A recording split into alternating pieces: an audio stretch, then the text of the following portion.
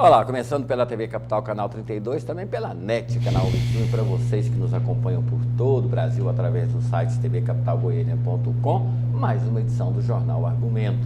E o assunto segurança agora é, pelo menos, né, notícia em todos os lugares. E nada melhor do que a gente conversar com uma pessoa especialista, estudioso e principalmente, né, que tem uma experiência longa e pode falar sobre a questão de segurança com muita propriedade. Me refiro ao comandante-geral da Polícia Militar, Coronel Silvio Benedito Alves. Agradeço muito pela presença do senhor, é um prazer imenso, e todas as vezes que o senhor veio aqui, a audiência ela é maciça, então é uma prova de que o senhor sempre tem algo que falar e as pessoas estão sempre querendo ouvir. Obrigado pela presença, comandante. André, eu que agradeço a você, mais uma vez, nos dar a oportunidade de estarmos aqui debatendo esse assunto que é tão importante para o país, que é a segurança pública. Porém, ele tomou uma dimensão. Até pouco tempo, a economia ela estava no topo da notícia. E aí, como não reflete muito na sociedade, a questão da segurança ela passou a ocupar destaque nos noticiários. E aí vem a cobrança da polícia, né? Esquecem a polícia naquele período, aí a necessidade, né, a curiosidade mórbida, ela gera esses fatos. Porém, a realidade, ela parece que não ser tão igual como estão vendendo por aí, ou estou errado? Nós temos que ter, nesse momento, principalmente esse momento que a nossa capital está passando, ter muita tranquilidade. Nós não podemos criar um pânico nas pessoas, nós não podemos disseminar a cultura do medo. Muitas vezes as pessoas nunca foram vítimas de um roubo, de um furto, e ouviram falar de um roubo e de um furto, e elas passam a se sentir também amedrontadas. Para você ter uma ideia, 103 municípios do estado de Goiás, até agora, nós já estamos no mês de agosto, 8º mês do ano, não houve nenhum homicídio. Dos 577 bairros de Goiânia, 85% não houve nenhum homicídio. Então, por que desse pânico?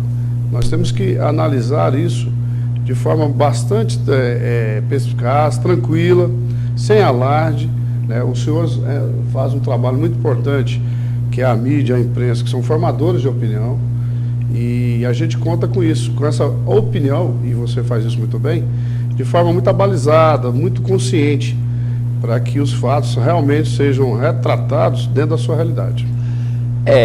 Tem alguns paradoxos que se criam quando o assunto ele é segurança. Se a polícia, por exemplo, há algum tempo atrás, criaram um dispositivo para encontrar as blitz e ficavam alertando as pessoas para fugirem das blitz. Agora estão usando esse mesmo dispositivo, dizendo para as pessoas passarem pelos locais das blitz, porque ali a presença do Estado, da segurança, garante ao cidadão a vida. Como é que é viver nessa situação? Ou seja, quando houve a balada responsável, criaram aquele programinha para evitar as blitz. Agora, numa situação igual a essa, esse mesmo programa as pessoas estão divulgando para as pessoas passarem por aquele local tem a segurança. Esse paradoxo, como é que se explica? Pois é, uma ferramenta que ao primeiro passo estava sendo usada de forma errônea, né? Até de certa forma criminosa, em que informava onde a polícia militar, a balada responsável estava presente, para que as pessoas pudessem se embriagar e não serem presas ou detidas ali pela blitz da polícia militar. Mas essas mesmas pessoas, ao saírem dos bares e das boates embriagadas, ceifaram vidas, né? Tiraram vida de pessoas inocentes no nosso trânsito. O trânsito do Brasil é um dos mais violentos do mundo. Lá no Canadá, se você der um sinal de farol que na rodovia ou na via há a presença da polícia canadense, você é preso de imediato por você ter alertado. Agora, que bom, as pessoas agora viram e estão notando a presença maior da polícia e agora falam para passar onde a polícia está. Que usem realmente essas ferramentas tecnológicas para o bem e não para se safar da lei. O senhor abordou um tema que eu queria explorar mais. Está se vendendo a indústria do medo, do temor. E o senhor traz números que nos tranquilizam. Eu queria que o senhor falasse mais sobre isso, essas ocorrências, esses fatos que estão acontecendo, porque a indústria do boato, às vezes, né, eu sou testemunha disso. Dias desses, passando por um local, a pessoa me disse: você ficou sabendo, matou mais uma mulher. Aí eu perguntei: aonde? Não sei. De que forma? Não sei. Eu falei: como é que você ficou sabendo? Não, o pessoal está comentando ali. Aí o senhor traz números de que o número de homicídios estão diminuindo em Goiânia. Eu queria que o senhor repetisse. Nada melhor do que uma autoridade constituída para falar sobre o assunto. Nós não podemos ir na vala comum de falar que Goiás é um estado altamente violento, que Goiânia é uma capital. Realmente passamos e assumimos isso por uma crise nessa situação específica aí desses homicídios contra as mulheres, as jovens. Mas, se você olhar também, eu entreguei para você um material nosso aí. Sim. A produtividade da Polícia Militar em número de prisões, de abordagem, de apreensões de drogas. Goiás não é um estado que faz fronteira com a Bolívia, com o Paraguai. No entanto, nós somos o segundo no ranking no país em apreensão de drogas. O Comando de Operação de Divisas, o Batalhão Rodoviário, tem feito apreensões aí de toneladas e toneladas de drogas. Nós chegamos à cifra aí de 20 toneladas de apreensão. O número de armas e prisões, André, que são feitas diariamente em Goiânia, em média, 9 armas são apreendidas por dia, 9 no período de 24 horas. 30 pessoas, em média, são detidas pela Polícia Militar no estado. No ano passado, nós batemos o recorde de 6 mil prisões em flagrantes. O estado todo tem 14 mil pessoas segregadas. Nós apreendemos 6 mil só no ano passado. No ano passado, 89 municípios, durante o ano todo, não houve nenhum homicídio. Esse ano, nós estamos com 103, que ainda não aconteceu, graças a Deus, e graças ao trabalho das polícias, civil, militar, também nenhum homicídio. Então, nós precisamos fazer uma análise criminal de forma mais expansiva. Não podemos focar só um dado e trabalhar só em cima desse dado. Esse trabalho, claro que o senhor não vai entrar em detalhes, porque afinal de contas é um trabalho de inteligência que a polícia está fazendo. O senhor acredita que nós temos um serial killer em Goiânia? Olha, eu estou há 29 anos como policial militar. Já vi de tudo nessa vida, já passei por situações bastante adversas. É muito difícil você chegar, eu não conheço detidamente as investigações que a Polícia Civil está fazendo, de falar se é um serial, se é uma ou duas pessoas que estão, 3 ou 4 ou 5 que cometeram esses crimes.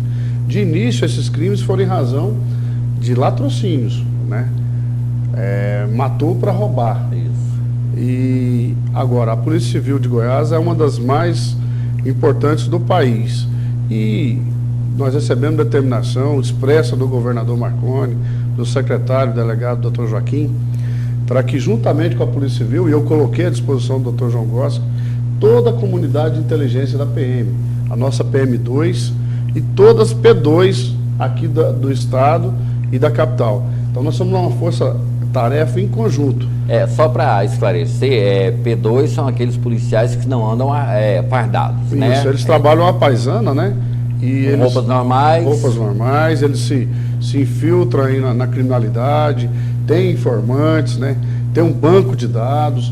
Esse pessoal tem uma longa experiência com esse trabalho de levantamento de dados e eu determinei, cumprindo determinações superiores, que eles 24 horas por dia ajudem, auxiliem a Polícia Civil nesses trabalhos. Eu falei aqui, comandante, repito para o senhor, eu gostaria mesmo que tivesse um serial killer, matando 30, porque aí nós não temos uma cidade violenta. Nós temos um bandido cometendo crimes em séries. Então a cidade não é violenta, é um indivíduo violento, né? Facilitaria até o trabalho da polícia nesse caso. Agora, dentro desse aspecto, a indústria do boato, sim, da informação falsa. André, o que me preocupa muito com isso, essas boatarias, essas informações falsas, levianas, é o seguinte: nós temos seres humanos aí de todas as espécies, de toda Todos são estirpe. jornalistas e policiais. Toda estirpe. E não, e mais. Nós temos pessoas que podem haver ou serem psicopatas. O cidadão está lá na casa dele e vê maciçamente as redes sociais falando: tem um serial killer, tem um homem matando mulheres jovens, tem um homem que está cometendo esse tipo de crime. O cara está lá na casa dele, é um louco, é um psicopata. Ele fala: opa, eu vou imitar isso. Como aconteceu com o bandido da Luz Vermelha, Isso. o maníaco do parque lá de São Paulo e tantos outros, que as pessoas tinham essa vontade reprimida e achavam que era errado. Quando alguém fez, então eu posso. Essa é a minha preocupação. Essa massificação dessa informação, muitas vezes de forma que não é verdadeira. As pessoas estão lá, o cara está lá dentro da sua residência, não trabalha, não estuda, e começa a ver isso. Fala: eu vou ser a bola da vez, eu vou ser o herói do lado mal, eu vou ser o bad boy, né? E aí, essas pessoas não tem como controlar a sua mente, controlar a sua cabeça. Então, o que eu peço, como um policial militar há 29 anos, fiz agora dia 28 de julho próximo passado, é que tenhamos bastante cuidado nas nossas informações, nas nossas colocações. As informações, as denúncias devem ser feitas à Polícia Militar pelo 190, a Polícia Civil pelo 197, certo? Não ficar falando e criando situações de informações. Muitas vezes dá uma informação: a mulher morreu em Anápolis. Isso foi real. O marido matou. Crime passional. Mataram mais uma mulher. Foi um motoqueiro. Sai a Polícia Militar, sai a Polícia Civil com as suas equipes, as ruas, para checar essas informações. Depois você deixa descoberto, ou vê muitas vezes, que você poderia ter usado os seus esforços, uma ocorrência que não precisava daquele momento a Polícia Civil estar investigando, a PM, porque o fato já tinha acontecido e não tinha nada a ver com essa boataria que estavam falando aí. Isso é importante o senhor ter abordado isso, porque quando uma equipe se mobiliza para atender a uma chamada falsa, ou um trote, ou alguma coisa, é um cidadão que fica desprotegido. Com certeza. E, ultimamente, a gente tem, pelo menos, observado os números que estão sendo divulgados, as pessoas veem uma moto preta passando na porta e imediatamente já liga para a polícia. Ou seja, cada operação, ela custa para o Estado, né? Afinal de contas, nós pagamos pelos nossos impostos, cuida para a sociedade, que ela acaba perdendo uma equipe ou uma viatura que estaria no trabalho, e traz aquele prejuízo para aquela pessoa que, às vezes, de forma leviana, ela é um vizinho que não gosta do outro, utiliza a polícia no anonimato. Então, ou seja, perde a sociedade, perde o Estado, perde o cidadão. Até que ponto isso aí atrapalha, e como é que tem sido ultimamente o serviço do 190 sobre essas questões? Porque quando está disseminado a indústria do medo, ouvir um barulho no telhado, liga para a polícia. O serviço público de 190 é um serviço de emergência, de urgência. Então as pessoas têm que ter a consciência que nós não podemos, dentro da nossa demanda, ficar recebendo informações falsas, brincadeiras, né? Até mesmo os marginais, os meliantes, podem usar desse instrumento para tirar o nosso foco. Noticia um crime aqui no Jardim América e, de repente, comete outro lá no Jardim Curitiba. Então, nós temos que ser bastante cuidadosos com isso, termos certeza. Por isso que a policial que atende a 190, ela faz as perguntas, ela faz um questionamento. Como é que é isso? Que hora? Quem é o senhor? Qual que é o seu endereço? E eu quero deixar outra notícia clara aí. As nossas ligações 190, André, são gravadas as ligações. Tanto de quem está ligando, falando, como a resposta da policial que atende. Então, isso serve como prova, inclusive, no crime de trote, no Poder Judiciário. Então, as pessoas não imaginem que você vai ficar no anonimato ligando no 190, não. Lá são gravadas as ligações. Essa semana nós mostramos um fato aqui interessante. Apesar de várias campanhas pedagógicas de orientação que a polícia tem feito, né? Não estacione seu carro na rua, não fique até a noite, não frequente lugares perigosos. as pessoas elas insistem em achar que com elas aquilo não vai acontecer.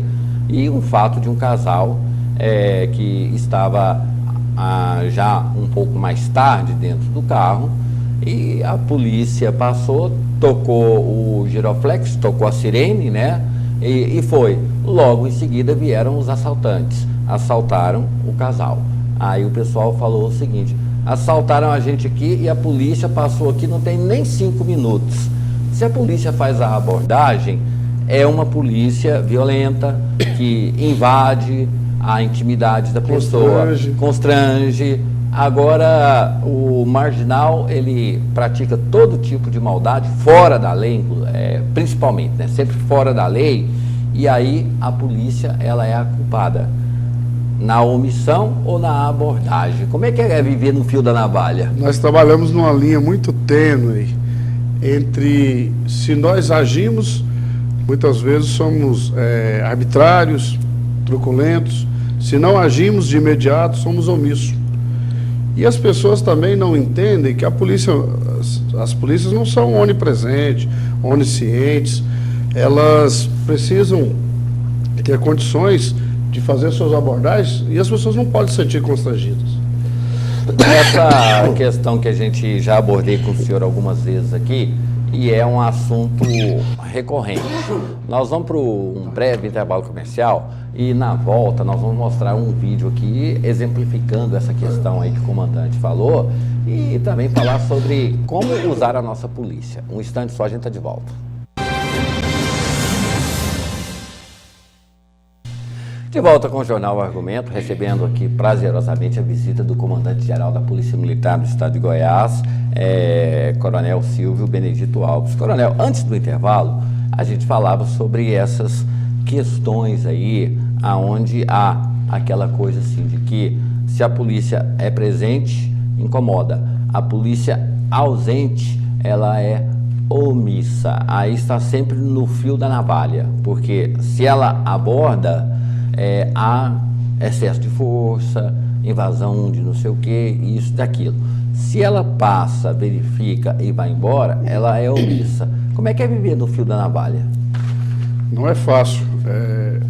O cidadão precisa compreender que a polícia militar, nas suas abordagens, na sua prevenção, ela está cumprindo seu desiderato de polícia preventiva ou ostensiva.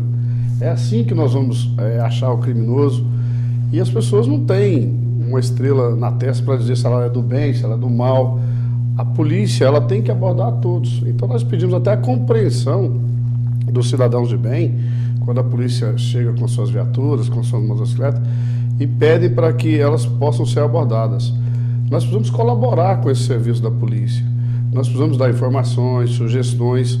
Nós precisamos entender que não existe aqui em Goiânia, nem em Goiás, nem no Canadá, nem nos Estados Unidos, nem na Suíça, nem na Suíça, um policial para cada cidadão, uma viatura para cada comerciante. Então nós vamos fazer também a nossa parte. Até hoje os casais ainda se namoram dentro de veículos altas horas da noite. As pessoas vão para o local ermo, né? As pessoas ainda andam em más companhias. Estaciona o carro bem longe do local onde deveria ser estacionado. As pessoas estacionam o carro em locais longe. As pessoas ainda deixam a chave na ignição do veículo, com o vidro aberto do veículo. As senhoras deixam as bolsas no banco, os tablets. Então toda essa segurança pessoal, cada cidadão tem que fazer a sua parte. Tem que se envolver, ter o cuidado. As pessoas estão andando com celulares, digitando mensagens, estão atravessando a avenida. Eu não sei nem como são atropeladas. As pessoas estão no trânsito, tirando a mão do volante, que é uma infração de trânsito, de acordo com o Código de Trânsito brasileiro, para digitar mensagem. Muitas pessoas têm morrido em razão disso, têm perdido as suas vidas em razão disso.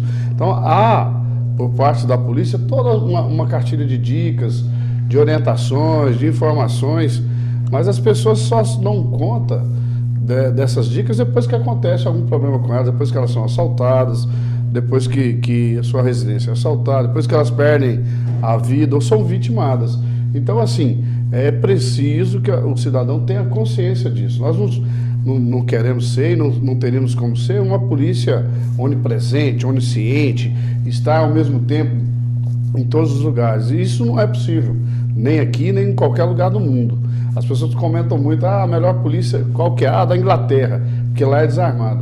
Não é. Aquela polícia lá é a polícia dos castelos, da rainha, Sim. né? É uma polícia que tem uma história da guarda da rainha.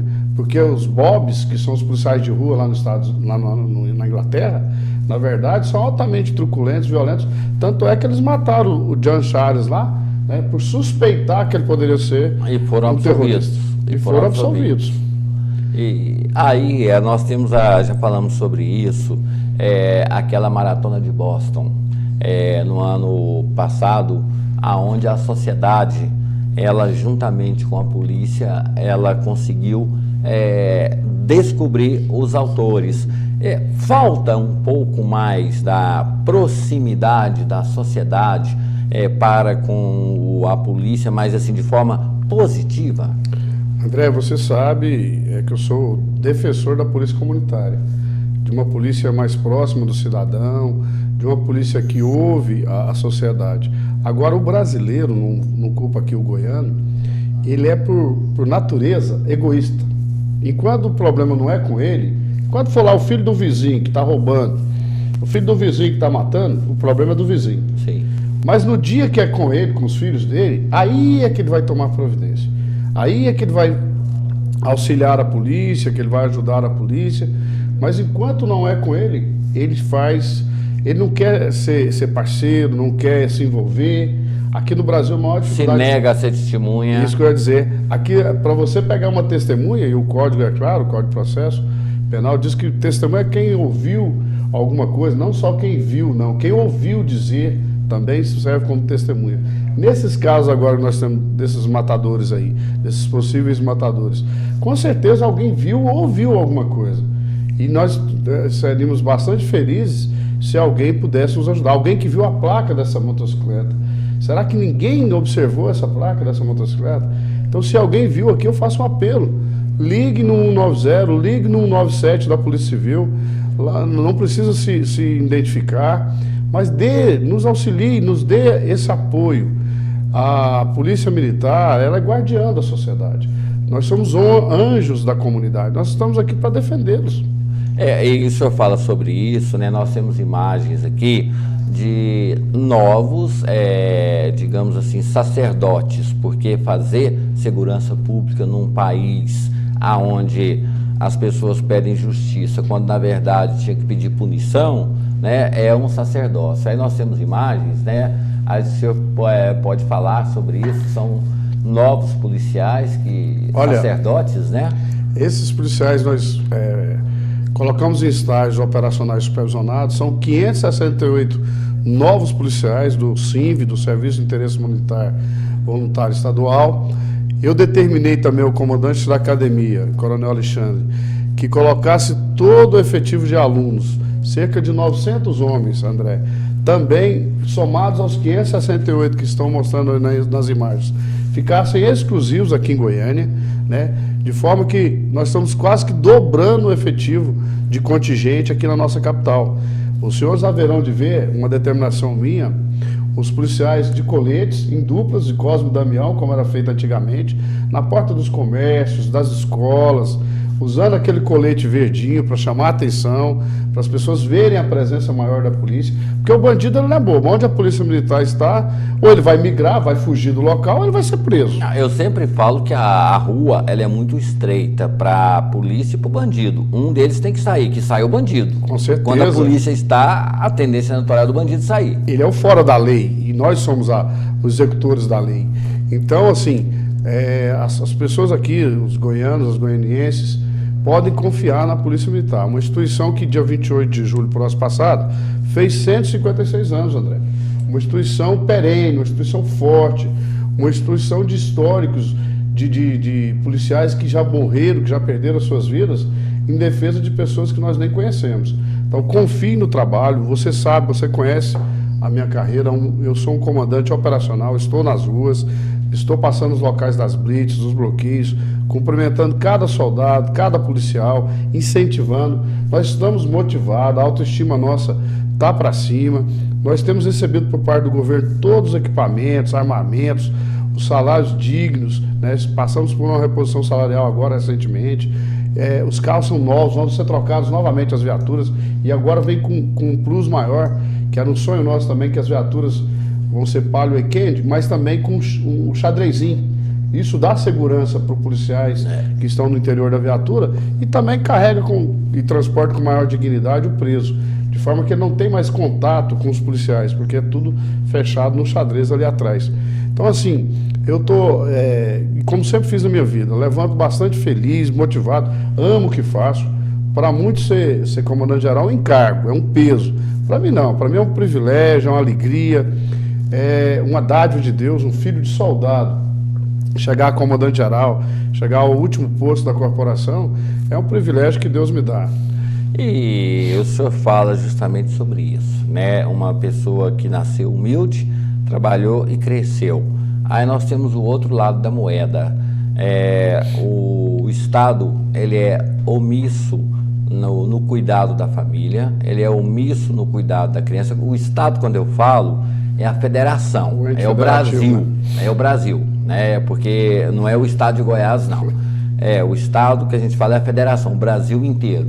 Nós temos políticas públicas, mas não são implantadas para gestante, para família, para criança, para o jovem, políticas de saúde, de todas as espécies, mas até que essa pessoa ela se torne um criminoso, há uma omissão total nesse aspecto, e aí cometer um crime não se cobra o retrospecto, cobra-se apenas uma ação da polícia naquele caso.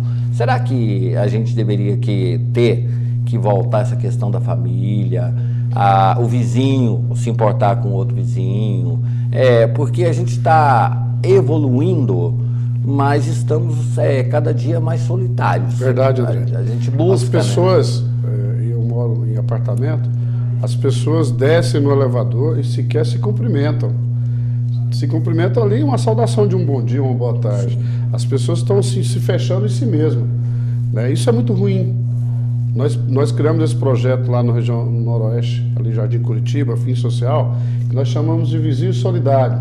Vizinho amigo. Aqui no Novo Mundo, região leste e Jardim Vila Pedroso, nós criamos o apitaço, que o vizinho, vendo alguma coisa diferente em relação à casa do outro vizinho, apite para chamar a atenção dos transeuntes, das pessoas que estão ali nas proximidades e da própria polícia. Isso é trazer aquilo, se nós voltarmos à literatura policial, aquele desenho que tinha do guarda-belo lá, sim, do manda-chuva, aquele policial de quarteirão, aquele policial que dava bom dia, boa tarde, que era conhecido e se fazia conhecer, né? É isso que nós estamos trazendo para Goiás. Nós lançamos recentemente com esses novos policiais do Serviço Militar Voluntário o policiamento de quadrante. Vão ser os mesmos policiais trabalhando em dupla, que nós chamamos de Cosme e Damião, fazendo visitas às residências. Inclusive vai ter um cartão de visita, André. A pessoa que é visitada, ela vai rubricar lá no cartão do policial que a tantas horas do tal dia a polícia militar esteve ali. Nós chamamos de policiamento porta a porta. Agora uma pergunta. O preconceito do cidadão, ele não vai ser um dos fatores que vai prejudicar? Porque é impressionante, parece que o policial não pode ter amigo. Se chega um policial fardado na casa de uma pessoa, os vizinhos falam, vai prender. Você tem razão. Uma certa feita, eu mandei fazer um levantamento aqui no setor Bueno, de fazer essas visitas. E o policial, era até um tenente, ele apertou a campainha, o interfone, e quando ele falou que era polícia, a senhora que atendeu do outro lado falou, eu não chamei polícia aqui não, eu não quero polícia aqui não. Eu não fiz nada, eu não fiz nada. Então assim, mas a gente quer, e eu sou defensor disso. Em 2006 eu ganhei um prêmio nacional, uma tese que eu defendi, foi a melhor experiência de polícia comunitária do Brasil, a região ali do 14º CEOPS, na Vila Pedroso. A minha tese falava, uma polícia mais próxima do cidadão, a experiência do 14º CEOPS de Goiânia. E que foi muito importante, foi daquela ideia que trouxemos os celulares no para-brisa das viaturas, né? Aí nós tínhamos as visitas comunitárias, visitas solidárias, as reuniões mensais, para nós fazermos um planejamento, porque eu sempre acreditei, o André, nesses 29 anos como policial militar, é que segurança pública não é um problema só de polícia. Não. Tem que ter envolvimento de todos, tem que ter a questão social, educacional, saúde, mediação de conflitos, muita coisa não é ocorrência. Religião, crença, olha, bons exemplos, são certeza, tantas coisas, né, que desaguam nisso. O que você falou anteriormente é verdade, tudo começa pela primeira célula, que é a família. Os nossos filhos hoje são criados por terceiros. Sai a mãe, sai o pai para trabalhar e os filhos são criados por terceiros. Hoje não há aquela rigidez, aquele acompanhamento. Onde seu filho está? Com quem ele está? Aonde ele foi? Com quem ele foi? Eu faço palestras à noite, eu pergunto assim, aonde é que seus filhos estão? Quem sabe? Senhores pais, levanta a mão. Alguns pais ali acanhados levantam as mãos. Não, está na escola. Eu devolvo a pergunta. Está na escola ou está na porta da escola? Não entrou para dentro da sala de aula. Está lá fora sendo aliciada pelo traficante. Né? Nós precisamos voltar a isso. Para muita gente isso é preguiça, não tem a tecnologia, a informação. Olha, tudo começa com a família. E os dogmas religiosos também, independente se é católico, evangélico ou espírita, mas isso também é no controle. As pessoas costumam dizer, nesse bairro aqui tem igreja demais. Que abram mais igrejas e fechem os botecos. Porque um boteco, o que um pai de família, André, quer estar num boteco 4 horas da manhã? Está procurando o quê? 4 horas da madrugada dentro de um bar. É uma embriaguez, é uma arruaça, é uma briga, e dali pode caminhar para um homicídio, né, um latrocínio. Então nós vamos rever essas coisas. Muitas vezes, as pessoas, quando começam os crimes, não, é mais polícia na rua. Nós podemos chegar, e tem polícias, a Polícia de São Paulo tem mais de 100 mil policiais, e o crime não se abaixa só com polícia.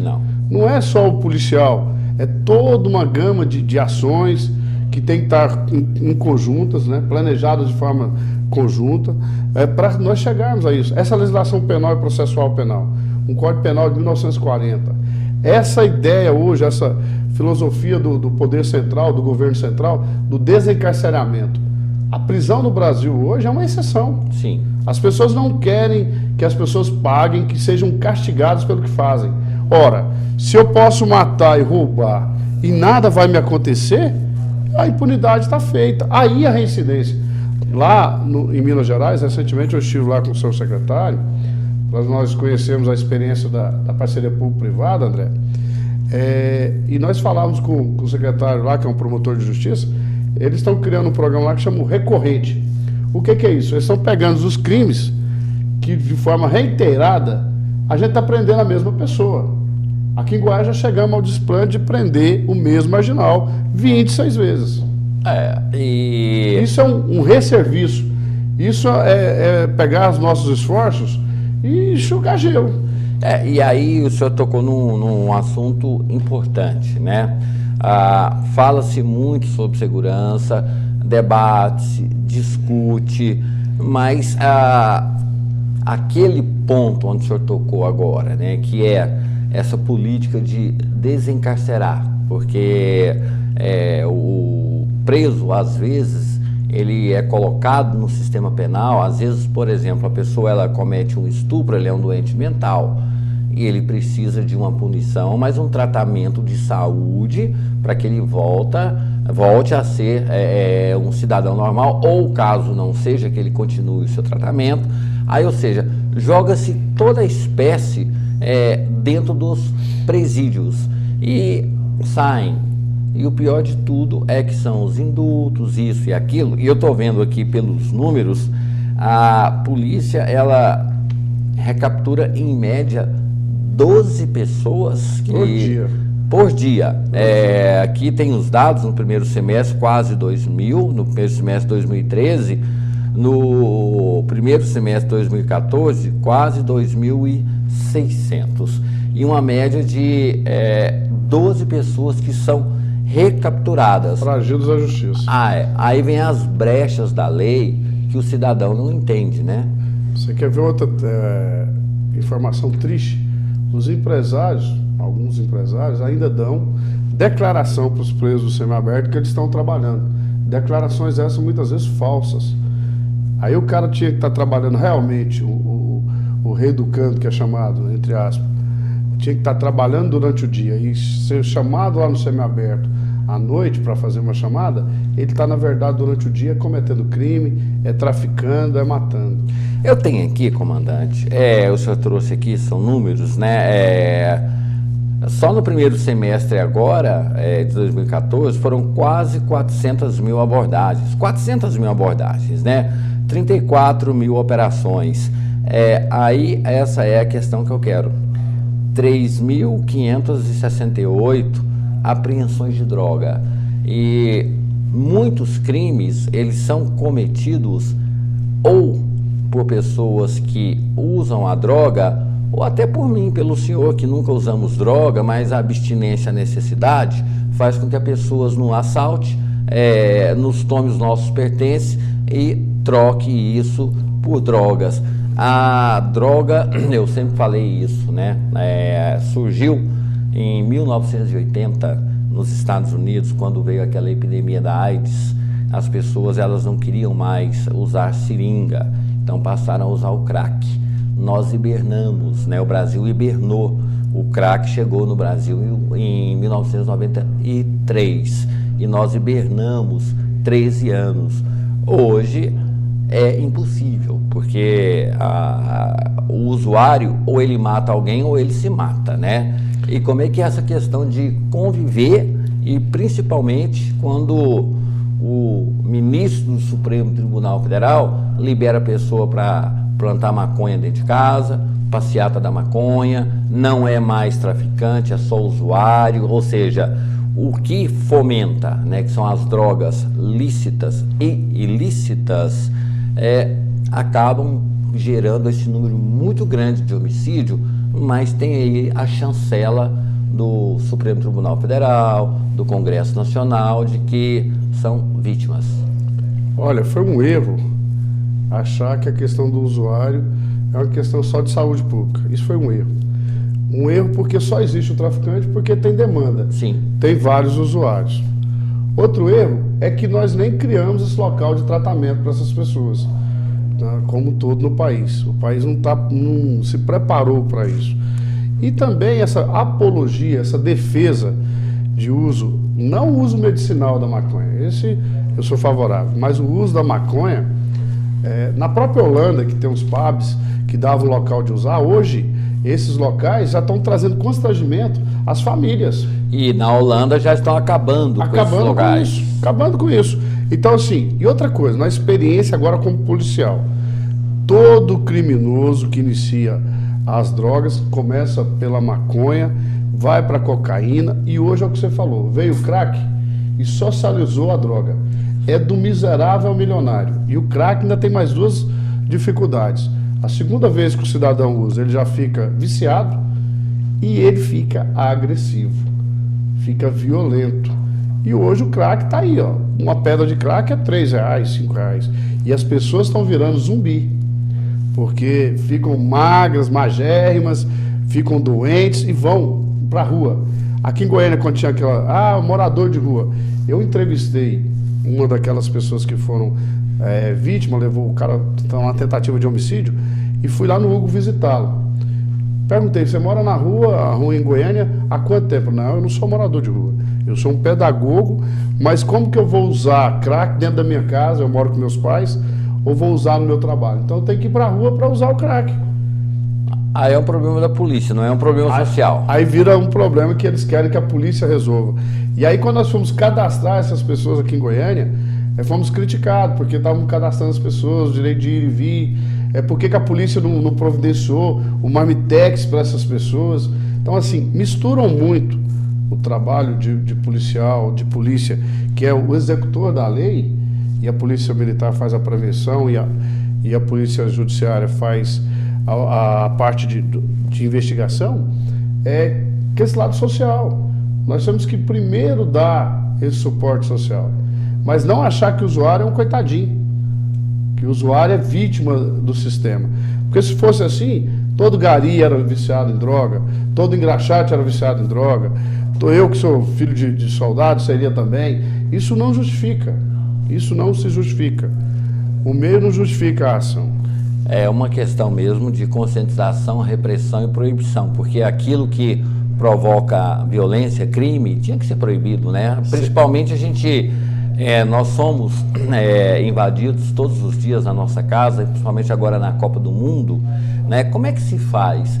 O Congresso Nacional, ele proibiu bebida nos estádios. Aí veio a FIFA, deu o nome de Arenas, não sei o que, Complexo Arenas, e ali a FIFA, ela se sobrepôs a uma determinação do nosso Congresso Nacional, que é a instituição maior na questão da criação das leis. Como é que fica uma situação dessa? Foi assim, uma forma absurda, né? E jogam assim, 8 horas da noite, os nossos filhos estão bebendo, falam assim, se você não beber, você está fora da moda. É um incentivo, né? E era caríssimo lá a bebida que era vendida nessas arenas. Mas mostrou o seguinte, olha, aqui nós vamos, o fim aqui é lucro, é ser lucrativo e nós vamos cumprir as leis do país. Isso ficou muito ruim para o país, né? E até para nós mesmos dar orientações como policiais. No momento do Campeonato Brasileiro não pode, na Copa do Mundo abre-se uma exceção para atender muito mais a FIFA, que estava muito mais preocupada em ganhar dinheiro, né, milhões, bilhões de dólares, do que atender a sociedade como um todo. Está errado. Outra situação, André, que precisa ser discutida. A Lei 12.403.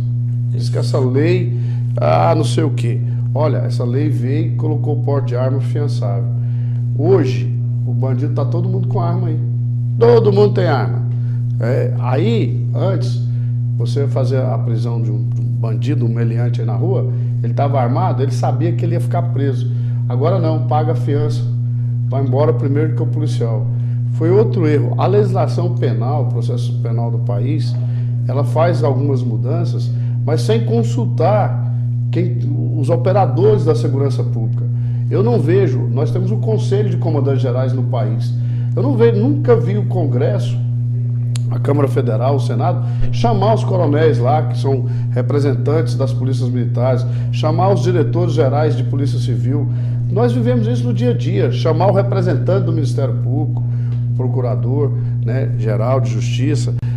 Nós precisamos, nós estamos verificando que essas leis, e há mudanças lá no Congresso, desde 75 para o Código Penal e Processo Penal, mas são teóricos, são estudiosos, mas não vivem o dia a dia da violência. São juristas que estudam a lei, mas não têm nenhum conhecimento do que está acontecendo dia a dia, nas ruas. Da criminalidade, do crescimento dessa criminalidade,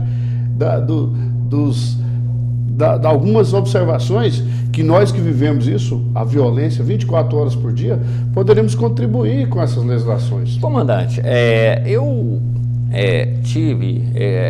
sempre tenho essa coisa, essa revisão do Código Penal, eu passei uma noite inteira lendo o nosso Código Penal de 1940 e descobri que se eu portar uma foto de uma mulher na minha carteira que não seja nem a minha filha, nem a minha esposa, eu posso ser preso porque eu estou, dentro do Código Penal, eu estou sendo uma pessoa que, utilizando um adjetivo mais assim, leve, né, desejando aquela pessoa. Que código é esse, onde você, até hoje, se a polícia for levar isso em consideração, achar uma foto 3x4 de uma mulher, a pessoa é presa por desejo. Agora, você quer ver o absurdo comparativo com esse exemplo que você dá? Se você acabar de matar uma pessoa aqui, saindo aqui da televisão, e apresentar espontaneamente na delegacia, você não pode ser autuado em flagrante, vai responder o processo em liberdade. E ainda tem os atenuantes. Sem parâmetros, né? Não há como mensurar isso.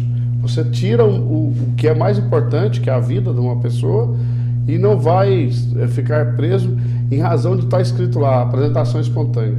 E muitas coisas que a sociedade não sabe, aí até que a pessoa seja julgada e condenada, ela perde a condição de ser primário. E aí ela pode cometer quantos crimes quiser e tem que ser colocada em liberdade, porque ela ainda não é uma pessoa condenada pela justiça, ela ainda está esperando o julgamento. Ele vai cometendo crimes, mas enquanto o primeiro processo não terminar e dar a sentença transitada em julgado, Isso. eu quero dizer, não cabe mais nenhum recurso daquele primeiro crime, ele não é primário. É outro absurdo. E enquanto isso, ele continua respondendo, ele continua cometendo crime e tendo os mesmos benefícios que um cidadão comum tem. Outro absurdo. Quando estive na Colômbia, mais precisamente em Medellín, eu perguntei para um juiz criminal qual era a sentença que ele dava quando as pessoas faziam um homicídio. Ele falou, em média, 25 anos fechado.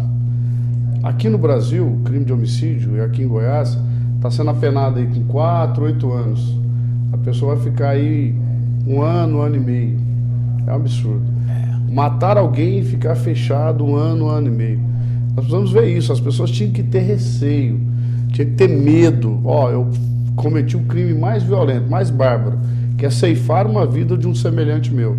Eu vou ficar 25 anos preso, 30 anos preso. Ok.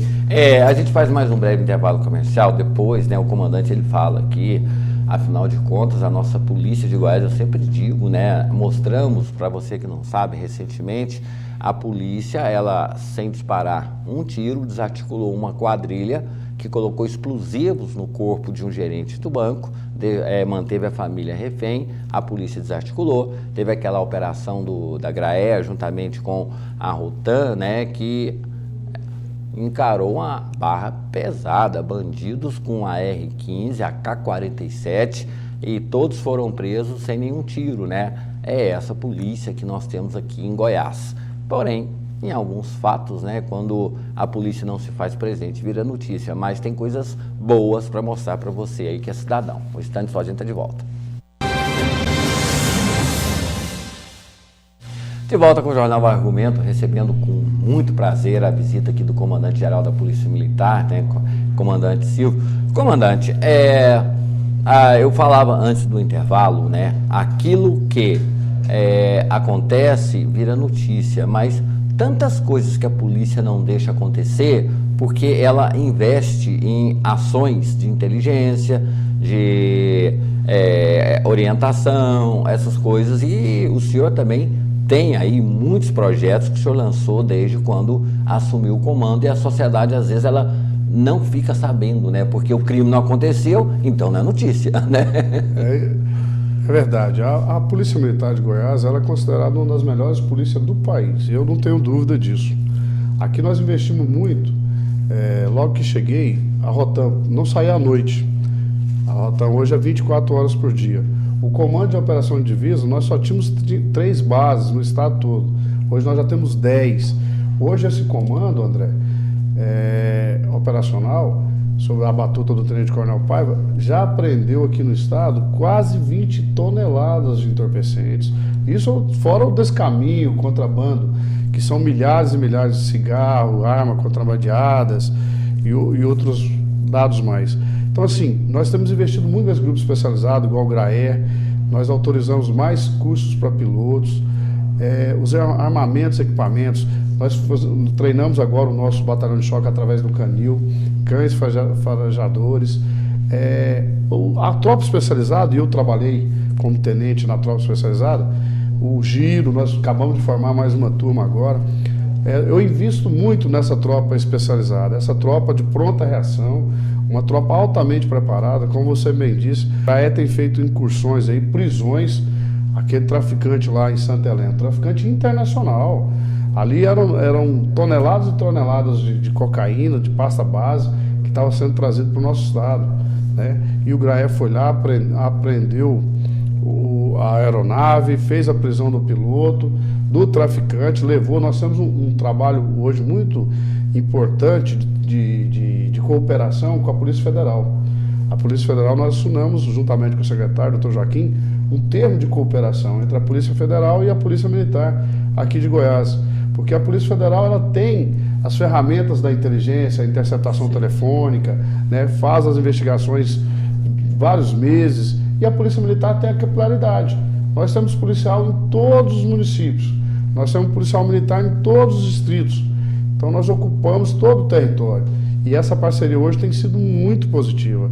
Eu realmente agradeço à Polícia Federal por confiar no trabalho da Polícia Militar. O Ministério Público também, eles têm um grupo lá de inteligência, o GAECO. Nós fazemos todas as ações e planejamos junto com o Ministério Público, essa parte da inteligência do Ministério Público. Essas grandes operações que o Ministério Público de Goiás faz, a Polícia Militar tem dado todo o suporte para que elas aconteçam. Então hoje nós estamos bem à frente de outros estados em relação a esse trabalho com a tropa especializada. Eu vou fazer uma colocação rápida aqui, queria que o senhor comentasse, sou eu que estou falando. Essa questão do serial killer, para mim, é um fator político que quer desestabilizar um governo no período eleitoral, atinge a polícia. Tivemos as manifestações nas ruas, né, onde havia também a influência política e desaguava na polícia. Sem entrar nos detalhes, isso até que ponto ele prejudica o cidadão que precisa da polícia, quando outros interesses desaguam na polícia? André, ninguém mais do que as polícias, e eu falo pela Polícia Militar também, quer a paz.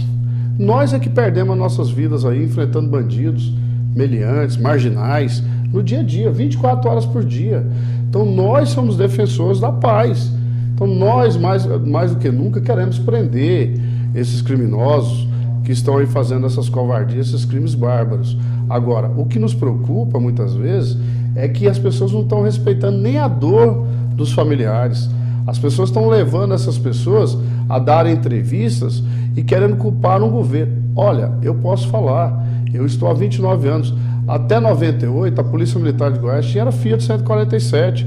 Nossos armamentos eram revólveres emprestados do Rio de Janeiro, calibre 38, canela seca.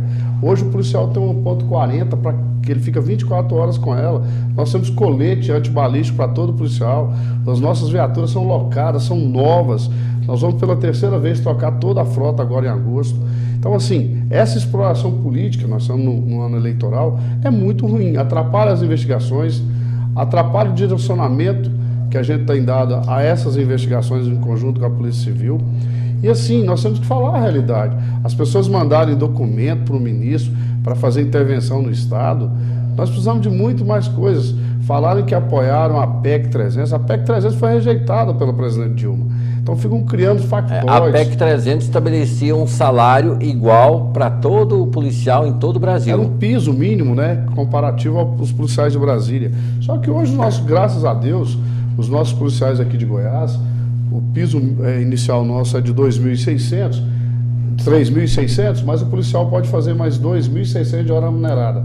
Os policiais que trabalham no entorno e no Nordeste goiano, mais 552. Então hoje o policial, estou falando salário líquido, chega a 5.200, soldado, estou dizendo. E quando eu falo também tem outro aspecto que nós aqui da imprensa, nós temos só mais 2 minutos,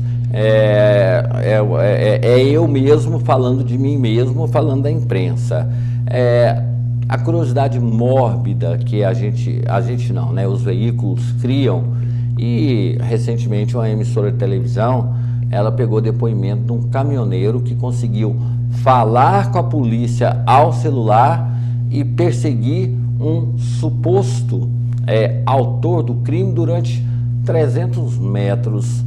Assim, comandante, quando eu comecei a ver, me veio uma vontade tão grande de rir, porque eu acho que é impossível, eu acho, dentro da minha leiga visão, um caminhoneiro com o celular dirigindo e perseguindo um motoqueiro.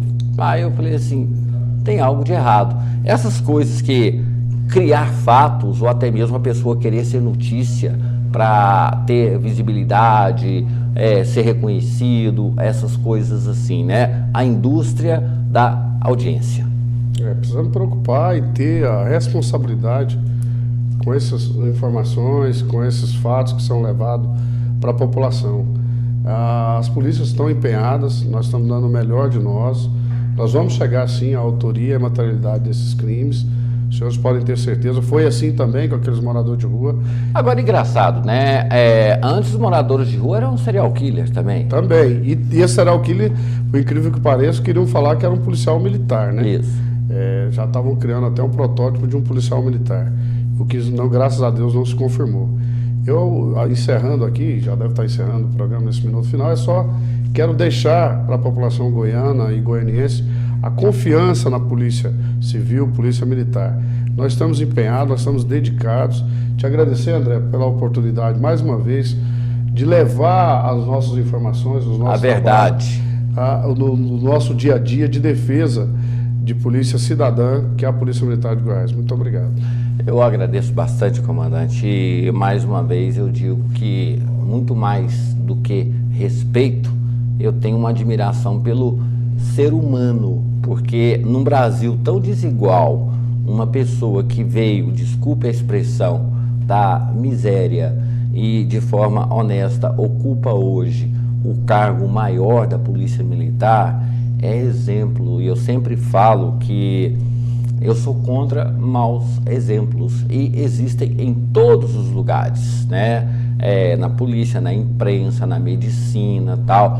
Eu acho que a gente tem que valorizar mais os bons exemplos, e o senhor é um exemplo, um bom exemplo vivo, porque a gente só tem o hábito de homenagem póstumo, né? Isso não vale nada. Então, assim, essa história, essa trajetória de vida do senhor, que seja um legado para aquelas pessoas que estão assistindo agora, saibam que se você andar pelo caminho certo, você chega no seu destino. Então, mais do que eu respeito, eu tenho admiração pela história de vida do senhor, que é uma história de vida que no Brasil, a cada dia que passa, ela se diminui e os maus exemplos vão surgindo e os bons exemplos esquecidos. Parabéns e obrigado, comandante. Obrigado, André. Eu acredito que o bem sempre vencerá o mal, e nós somos defensores do bem. Ok. E um agradecimento, né, a toda a corporação e o parabéns aí por mais um ano da nossa gloriosa Polícia Militar do Estado de Goiás, como a Civil Federal, né? Que sejamos amigos, né? Que nós respeitemos e não tememos a polícia. Afinal de contas, eu sempre falo, prefiro pedir socorro para a polícia do que ajuda para bandido. Pense nisso. A todos vocês, muito obrigado. Fiquem todos com Deus e até amanhã.